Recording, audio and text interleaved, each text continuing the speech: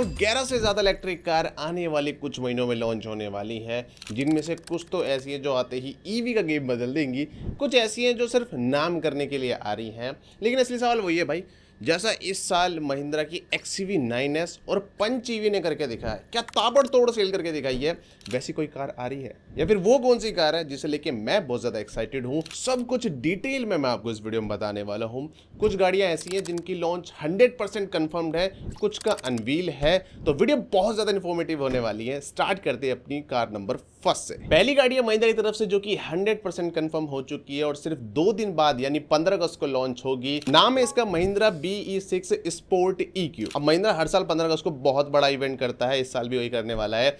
BE6 sport EQ के अंदर जो मेन चेंज आएगा वो आएगा इंटीरियर को लेके। यहाँ पे अब XUV 9 की तरह ट्रिपल डिस्प्ले सेटअप होगा, प्लस जो BE6 का ओरिजिनल डिजाइन था जहाँ पे आपको पूरा कॉकपिट स्टाइल वाला इंटीरियर मिलता था, उस चीज को हटा के अब सिंपल कर दिया जाएगा। जैसे XUV 9 के अंदर इंटीरियर मिलता है ना, आप कह लो सेम BE6 के अंदर भी हमें मिल जाएगा। प्लस यहाँ पे आपको एक नई इंटीरियर थीम भी मिल जाएगी जो पहले अवेलेबल नहीं थी। इसके अलावा सारी चीजें सेम रहने वाली है, चाहे वो पावर हो, बैटरी हो, रेंज हो या फिर जो बाकी के फीचर है जैसे कि वेंटिलेटेड सीट, अडाज, पैनोरामिक सनरूफ, वो सेम का सेम ही रहेगा। अब ये किया क्यों जा रहा है मैं आपको बता दूं। देखो रिसेंटली Sierra EV भी लॉन्च हुई है और महिंद्रा की BE6 को लेकर ना महिंद्रा को फीडबैक भी मिल रहा था कि जो इंटीरियर है ना उसके वजह से कुछ लोग इस गाड़ी को स्किप कर रहे हैं या फिर दूसरी गाड़ी पे जा रहे हैं। और महिंद्रा को भी समझ आ गया कि भाई हाँ, इंटीरियर देखने में तो बहुत अच्छा है, एंथुसियास्ट को भी अच्छा लगेगा, लेकिन ये थोड़ा सा इम्प्रैक्टिकल है। अब एक चीज यहाँ पे क्लियर कर दो, जो पुरानी वाली BE6 है वो आएगी, ये अलग से वेरिएंट आ रहा है जिसके अंदर आपको XUV 9 जैसा इंटीरियर मिलेगा।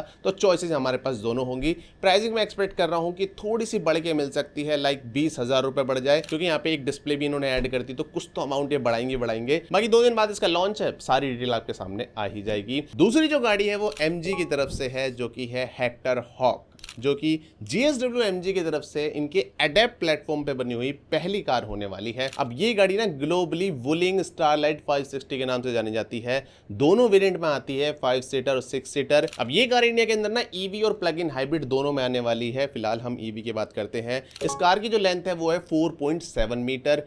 EV के अंदर इसमें बैटरी पैक हमें देखने को मिलेगा 69 किलोवाट आवर का, जिससे रेंज मिलेगी 530 किलोमीटर की। मोटर यहाँ पे है 201 हॉर्स पावर। इस गाड़ी का सीधा कंपटीशन होने वाला है महिंद्रा की XUV 9S से, क्लाविस EV से और फ्यूचर में सफारी EV से। प्राइस इसकी एक्सपेक्टेड है कि 20 लाख से स्टार्ट हो सकती है और जा सकती है 25 लाख तक। और इसका जो लॉन्चिंग इवेंट है वो इसी अगस्त 26 को होने वाला है। तीसरी गाड़ी हमारी इस वीडियो की सबसे फास्टेस्ट इलेक्ट्रिक कार है जो कि है MG की IM6, जो कि देखने से बहुत खतरनाक लग रही है। ये इनकी फ्लैगशिप EV होगी जो कि स्पोर्ट्स कार वाली परफॉर्मेंस लेके आती है। ऑल व्हील ड्राइव के साथ ये आती है जहां पे 751 हॉर्स पावर जनरेट करती है, 802 न्यूटन मीटर का टॉर्क, जिसके वजह से 0 से 100 जाने में सिर्फ 3.5 सेकंड। टॉप स्पीड इसकी 252 किलोमीटर पर आवर की है। इसके अंदर 100 किलोवाट का बैटरी पैक है, जिससे 500 से ज्यादा किलोमीटर की रेंज मिल जाएगी। अब MG ने इस गाड़ी को देखो नंबर में सेल तो करना नहीं चाहता है और साफ दिख रहा है कि भाई ये लग्जरी प्रीमियम कार है, तो ये इन्हें अपने जो इनकी सेपरेट ब्रांड है MG सेलेक्ट, जो इनकी प्रीमियम कैटेगरी आप कह सकते हो, जहाँ पे M9 और साइबस्टर बिकती है,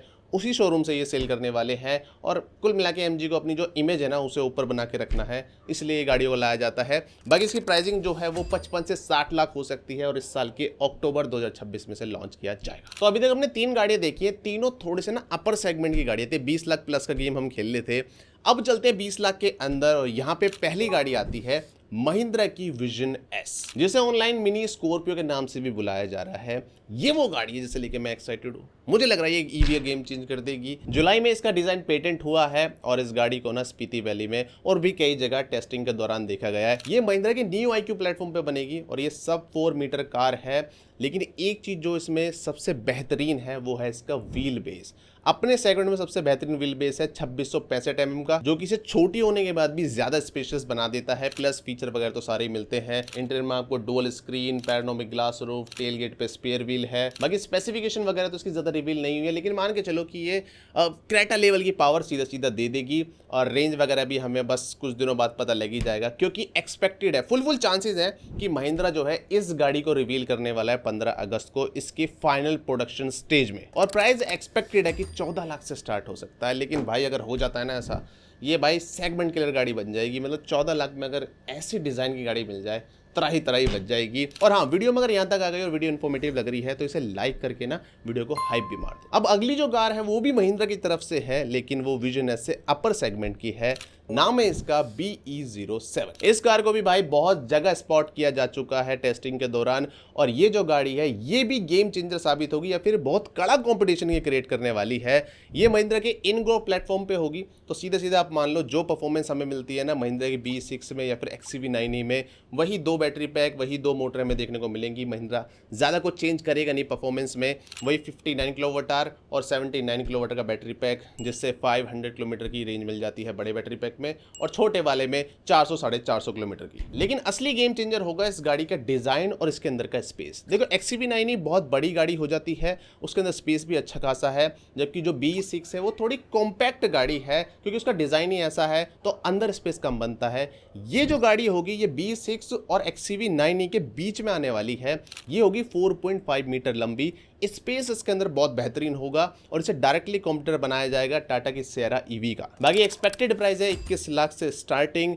इस 15 अगस्त पे फुल चांस है इसका प्रोडक्शन वेरिएंट अनवील हो जाए, बाकी डिलीवरी तो कंफर्म है वो अगले साल होगी। इसके अलावा भी 2 और गाड़ियां हैं जिसका नाम है विजन X, जो कि महिंद्रा 3XO EV के नाम से आने वाली है। दूसरी है विजन T, जो थार इलेक्ट्रिक के तौर पे आएगी।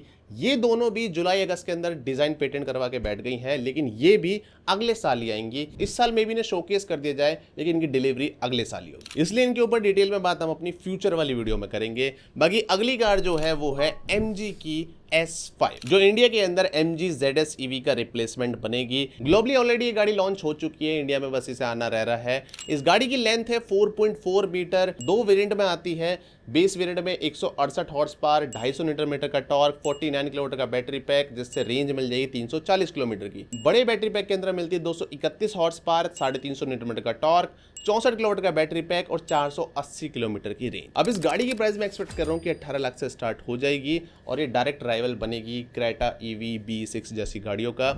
लेकिन हाँ, जिस टाइम तक मैं ये वीडियो बना रहा हूँ उस टाइम तक इसका लॉन्चिंग डेट ऑफिशियली कंफर्म नहीं हुआ, लेकिन सुनने में आ रहा है कि इस साल के एंड तक ये कैसे भी आ जाएगी। अब अगली जो गाड़ी है ना वो MG कॉमेट की सीधा राइवल बनेगी, वो है विनफास्ट की VF3। अब ये गाड़ी बहुत छोटी है, 3.1 मीटर इसकी लेंथ है, लेकिन इसके बाद भी इसके अंदर 4 बंदे आराम से तो नहीं, थोड़ा भिज के बैठ ही जाते हैं। इसके अंदर हमें 2 डोर देखने को मिलते हैं। बैटरी पैक यहाँ पे 18 किलोवाट आवर का है, जिससे NEDC रेंज मिलती है 210 किलोमीटर की। मोटर पावर 43.5 हॉर्स पावर और 110 न्यूटन मीटर का टॉर्क। 0 से 50 जाने में 5.3 सेकंड। और हाँ, अनलाइक MG कॉमेट ये DC फास्ट चार्जिंग को भी सपोर्ट करती है 10 से 70% 36 मिनट में। अब ये ना एक माइक्रो इलेक्ट्रिक कार है जो कि मेनली सिटी पर्पस के लिए बनाई जाती है।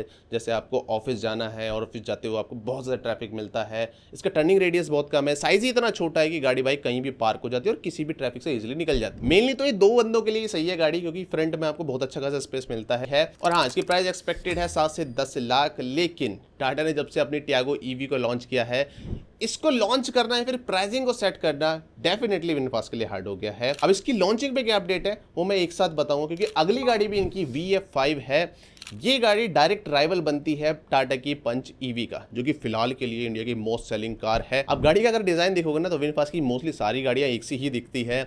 इवन स्पेसिफिकेशन पे अगर हम नजर डालें तो 2 बैटरी पैक में आती है 29 किलोवाट आवर, जिससे मोटर पावर है 95 हॉर्स पावर, 268 किलोमीटर की रेंज। बड़ा बैटरी पैक है 37 किलोवाट आवर, जिससे मोटर पावर है 136 हॉर्स पावर और रेंज है 326 किलोमीटर की। साइज भी इसका सेम ही है टाटा पंच जैसा, अंडर 4 मीटर।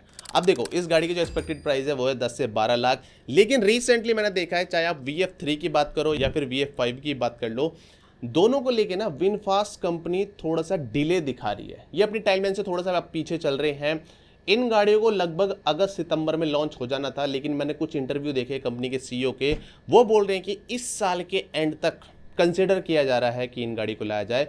और VF3 को लेके मैं कहूँगा थोड़ा सा मामला अटपटा भी है कि शायद इसे ना भी लाया जाए, क्योंकि जो कॉमेट EV है वो अब सेल नहीं होती है, क्योंकि टाटा ने भाई अपनी फुल साइज़ कार को लॉन्च कर दिया सिर्फ 7 लाख में। कॉमेट EV की सेल अब वो वाली नहीं रही जो पहले हुआ करती थी। अब VF5 लाना मतलब प्राइस बहुत ज़्यादा कम करना पड़ेगा, तो मे बी विनफास्ट VF3 को स्किप कर सकता है और VF5 या तो इस साल के एंड में या फिर अगले साल की स्टार्टिंग में विनफास्ट ला सकता है। बाकी माइक्रो इलेक्ट्रिक कार के लेके आपको क्या विचार है? आपको लगता है कि हमारी जो ट्रैफिक प्रॉब्लम है इंडिया के अंदर इतनी, उसको ये सॉल्व करेंगी या फिर नहीं करेंगी? जो भी लगता है कमेंट में बताओ। अगली कार जो है वो है BYD की तरफ से, जिसका नाम है एटो 2। इस गाड़ी का भी बहुत ज्यादा इंतजार किया जा रहा है इंडिया के अंदर।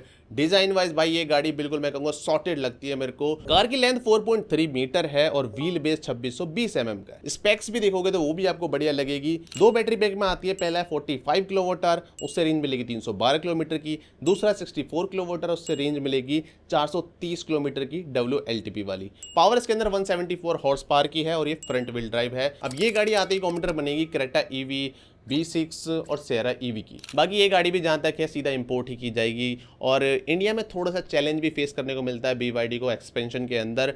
एक्सपेक्टेड प्राइस की 18 लाख से और जो लॉन्चिंग है वो इस साल के एंड तक हो जाएगी। अब अगली जो कार है ना वो 7 सीटर लवर के लिए है और टाटा की तो ये पहली 7 सीटर होने वाली है। नाम है इसका टाटा सफारी EV और ये कार ना टाटा की तरफ से सबसे बड़ा लॉन्च होगा इस साल का। ये भी हैरियर EV की तरह Acti.ev प्लेटफॉर्म पे बनी हुई है। आप सीधे सीधे कह सकते हो हैरियर 5 सीटर वेरिएंट है और सफारी 7 सीटर वेरिएंट है। अब स्पेसिफिकेशन मानिए चलो एग्जैक्टली सेम ही होने वाली है। वही 2 बैटरी पैक वेरिएंट होंगे। 65 किलोवाट आवर जो कि रियर व्हील ड्राइव में आएगा, 538 किलोमीटर की रेंज होगी। दूसरा होगा 75 किलोवाट आवर जो कि rear wheel drive all wheel drive दोनों में आएगा। रेंज होगी 622 किलोमीटर की और 627 किलोमीटर की और वही चमचमाता हुआ 500 न्यूटन मीटर का टॉर्क। बस 3 रो ऐड हो जाएंगी, लेकिन 3 रो ऐड होने से एक चीज होगी, एक तो साइज थोड़ा सा बढ़ सकता है प्लस गाड़ी का वेट भी बढ़ जाएगा। अब वेट बढ़ने से होगा क्या, हैरियर EV के मुकाबले इसके अंदर रेंज थोड़ी सी कम देखने को मिलेगी और हैरियर EV के अंदर ना ये थोड़ी सी प्रॉब्लम है कि हैरियर EV 500 किलोमीटर की रेंज ईजिली नहीं देती है और सफारी EV में फिर वो और भी कम हो जाएगी।